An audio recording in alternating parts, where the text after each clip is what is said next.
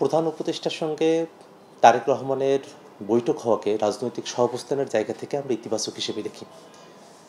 কিন্তু বৈঠকে নির্বাচনের সময়সীমা যে প্রাধান্য পেয়েছে, সেভাবে করে সংস্কার, বিচার, জুলাই ঘোষণাপত্র, জুলাই সনদের বিষয়গুলো এই বৈঠকে উপেক্ষিত থেকে গেছে। এবং একই সাথে আমরা মনে করি যে সরকার জাতির সামনে রাজনৈতিক দলগুলোর সঙ্গে আলাপ আলোচনা করে যে সময় ঘোষণা করেছিল, যদি সময়সীমা আগুপিছু করার প্রয়োজন হয় তাহলে সেটা দেশের মাটিতে বসেই হওয়া উচিত ছিল। রাজনৈতিক দলগুলোর সঙ্গে আলাপ আলোচনা করে সরকার প্রধান সিদ্ধান্ত জানাতে পারতেন। কিন্তু বিদেশের মাটিতে বসে যখন নির্বাচনের সময়সীমা নিয়ে আলাপ হয়, এটা বাংলাদেশের রাজনীতির সংস্কৃতির জন্য একটা খারাপ উদাহরণ তৈরি করে।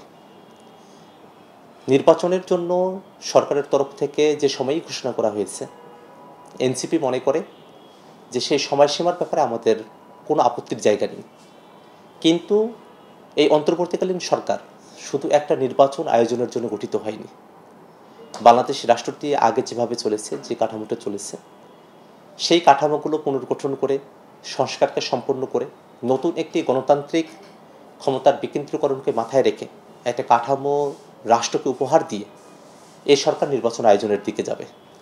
সেক্ষেত্রে জুলাই ঘোষণাপত্র, জুলাই সনদ বাস্তবায়ন করে বিচার এবং সংস্কারকে দৃশ্যমান করে সরকার যে কোনো সময় নির্বাচনের সময় নির্ধারণ করতে পারে।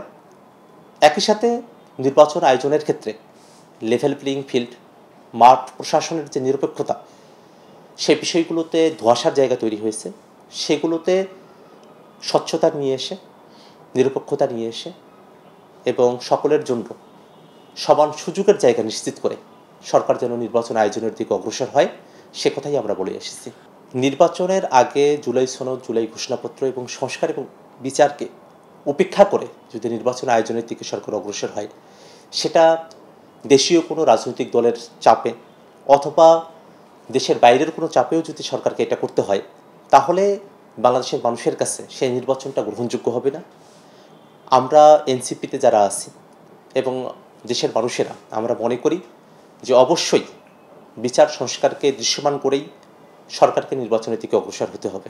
কোনো ধরনের চাপ, কোনো ধরনের শঙ্কা এবং কোনো ধরনের ভীতিকর পরিস্থিতির মধ্য দিয়ে সরকারকে যদি কেয়ারটেকার গভর্নমেন্টের মতো করে ফাংশন করতে হয়, নির্বাচনের বিষয়টাকেই শুধু প্রাধান্য দিতে হয়, অন্য অন্য বিষয়গুলোকে উপেক্ষা করতে হয়, সেক্ষেত্রে অবশ্যই জনগণকে সাথে নিয়ে আমরা নির্বাচনের পূর্বেই সরকারের যে কর্তব্যগুলো আছে সেগুলো পালনের ব্যাপারে সরকারকে বাধ্য করতে আমরা মাঠের কর্মসূচি হাতে নেব।